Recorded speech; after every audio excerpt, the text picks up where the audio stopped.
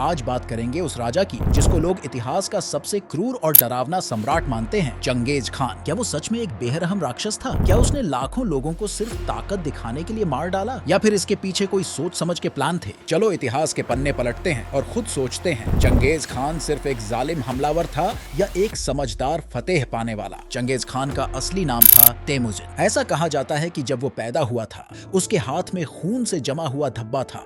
उस टाइम लोग इसको एक बड़े योद्धा का निशान मानते थे। उसका जन्म करीब 1162 में मंगोलिया के उत्तर में पड़ने वाले ठंडे और सख्त मैदानों में हुआ था। उसका खानदान मंगोलिया के एक छोटे से कबीले बोलजिगिन से था। उसके पापा यसुगेई एक छोटे मोटे सरदार थे, लेकिन जब चंगेज खान 9 साल का था उसके पापा को एक दुश्मन कबीले ने जहर दे दिया। इसके बाद पूरा परिवार, माँ हुएलुन और छोटे भाई बहन को कबीले से निकाल दिया गया। उस टाइम ऐसा होना मतलब था जैसे सीधे मौत का सामना करना। लेकिन हुएलुन ने अपने बच्चों को अकेले जंगल में पाला। जंगली घास, चूहे और मछलियां खा खा के वो लोग जिंदा रहे। बचपन में ही तेमुजिन ने भूख, डर और लड़ाई को देखा और धीरे धीरे वो एक मजबूत और बेखौफ नेता बन गया। उसने अपने भाइयों से लड़ाई करके अपनी पकड़ बनाई। एक बार तो अपने सौतेले भाई बेकतर को तीर मार के मार डाला क्योंकि वो उसकी माँ की बेइज्जती करता था। उसके जीवन में सबसे बड़ा पल तब आया जब उसने अपने पापा के पुराने दोस्त तोघरिल और अपने यार जामुखा की मदद से एक सेना बना ली। लेकिन बाद में यही जामुखा उसका सबसे बड़ा दुश्मन बन गया। उस टाइम मंगोलिया छोटे छोटे कबीलों में बटा हुआ था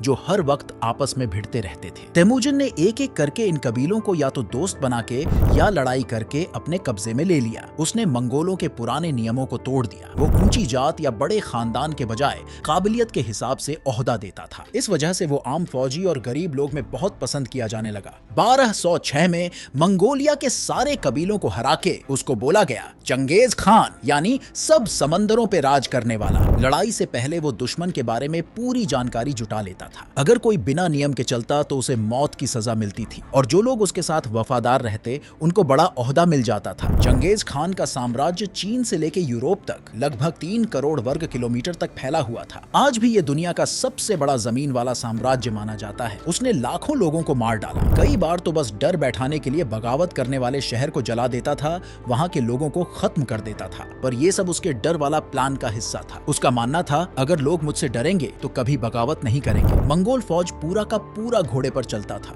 हर सिपाही के पास 3 से 5 घोड़े होते थे ताकि बिना थके लंबी दूरी तय कर सके। ये तीर चलाने वाले घुड़सवार चलते घोड़े से ही निशाना लगाते थे और दोनों हाथों से तीर चलाने में उस्ताद थे। फौज को छोटे छोटे ग्रुप में बांटा गया था। 10, 100, 1000 और 10,000 सिपाही वाली यूनिटें होती थी, जिससे सब पे नजर रखना और एक साथ काम करना आसान होता था। मंगोल पहले हमला करते, फिर जानबूझ के पीछे हट जाते। दुश्मन सोचता मंगोल भाग रहे हैं और जैसे ही वो पीछा करता, मंगोल पलटकर चारों तरफ से घेर के हमला कर देते। जब बड़े शहरों पे चढ़ाई होती तो पहले उन्हें घेर लिया जाता और उनका खाना पानी काट दिया जाता था। मंगोल फौज नकली सिपाही, लकड़ी के पुतले और जानवरों को असली सिपाही की तरह दिखाकर दुश्मन को चकमा देती थी। और अगर कोई शहर खुद हार मान लेता तो उसे छोड़ दिया जाता था। अगर कोई विरोध करता तो पूरा शहर जला दिया जाता था और उस शहर के सारे लोगों को मार दिया जाता था। ये तरीका डर का राज कायम करने के लिए अपनाया जाता था ताकि अगला शहर बिना लड़े ही सर झुका दे। चंगेज खान ने दुनिया की सबसे तगड़ी जासूसी वाली टीम बना ली थी, जिसमें वो व्यापारी और कैदियों से जानकारी जुटाता था। हमला करने से कई महीने पहले वो उस इलाके की जमीन, मौसम, कितने लोग हैं और किले कैसे बने हैं, सब पता कर लेता था। मंगोल फौज नक्शे यूज करती थी। ये सुनकर हैरानी होती है क्योंकि उस टाइम नक्शे का ज्यादा इस्तेमाल होता ही नहीं था। चीन से उसने घेराबंदी करने की तकनीकें, बम और गुलेलें सीखी और इंजीनियरों को कैदी बनाकर अपनी फौज में शामिल कर लिया ताकि वो दुश्मनों के किले तोड़ सके। मंगोल जहां भी पहुंचते वहां की टेक्नोलॉजी और लड़ने का तरीका सीखते और उसको और बेहतर कर लेते। हर जंग के बाद चंगेज खान बैठकर सोचता कि क्या अच्छा किया, क्या और अच्छा कर सकता था। इसी वजह से हर जीत के बाद वो और भी खतरनाक हो जाता था। वो सिर्फ एक फौज का लीडर नहीं था, वो बहुत आगे की सोच रखने वाला आदमी था। उसकी फौज ने ताकत, अनुशासन, स्पीड और डर को मिलाकर लड़ाई का तरीका ही बदल डाला। यही वजह है कि आज भी मरने के 800 साल बाद दुनिया उसकी फौज से डरती है और उसका इतिहास पढ़ती है। चंगेज खान ने बहुत जल्दी समझ लिया था, अगर लोग मेरा नाम सुनते ही कांपने लगें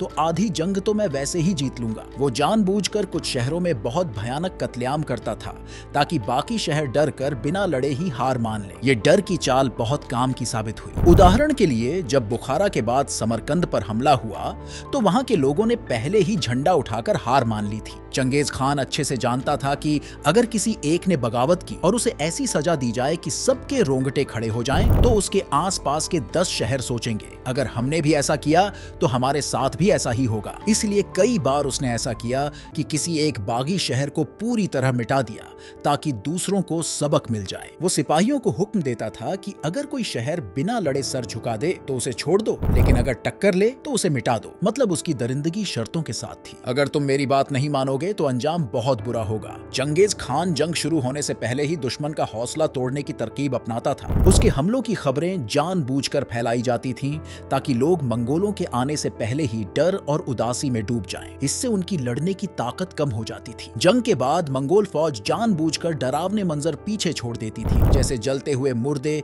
खोपड़ियों की ढेर और पूरी बस्तियां जो राख में बदल दी जाती थीं। इससे अगला शहर पहले से ही डर जाता था। ये एक तरह का पुराना मीडिया मैनेजमेंट था जहां डर की तस्वीरें खुद जंग का हिस्सा थी। उसकी दरिंदगी का एक बड़ा मकसद था एक मजबूत हुकूमत बनाना। उसने अपने राज्य में यासा नाम का सख्त लेकिन बराबरी वाला कानून लागू किया था। चोरी, रेप या बगावत पर सीधा मौत की सजा मिलती थी। लोग धीरे धीरे समझ गए मंगोल राज चाहे कितना भी सख्त हो लेकिन इंसाफ वाला है। चीन, ईरान और मिडिल एशिया के कई शहरों को उसने छोड़ा क्योंकि उन्होंने सरेंडर कर दिया था। वहां उसने कारोबार को बढ़ाया, सड़कें बनवाई और मजहबी आजादी दी। मतलब वो सिर्फ तभी दरिंदा बनता था जब कोई उसे धोखा देता या खिलाफ खड़ा होता। चंगेज खान की दरिंदगी कोई पागलपंती नहीं थी बल्कि एक चालाक प्लान था। उसने हिंसा को सिर्फ एक हथियार की तरह इस्तेमाल किया, मंजिल की तरह नहीं। ये बात हमें सिखाती है कि इतिहास में दरिंदगी कभी कभी एक सोची समझी चाल भी हो सकती है जिसका मकसद सिर्फ जीतना नहीं बल्कि काबू पाना और अमन लाना भी होता है। अगर आपको ये वीडियो अच्छा लगा हो तो हमारे चैनल को लाइक, शेयर और सब्सक्राइब करना मत भूलना। और अगर आप चाहते हैं कि हम चंगेज खान की कहानी पर एक और पार्ट लाएं तो कमेंट करके जरूर बताएं।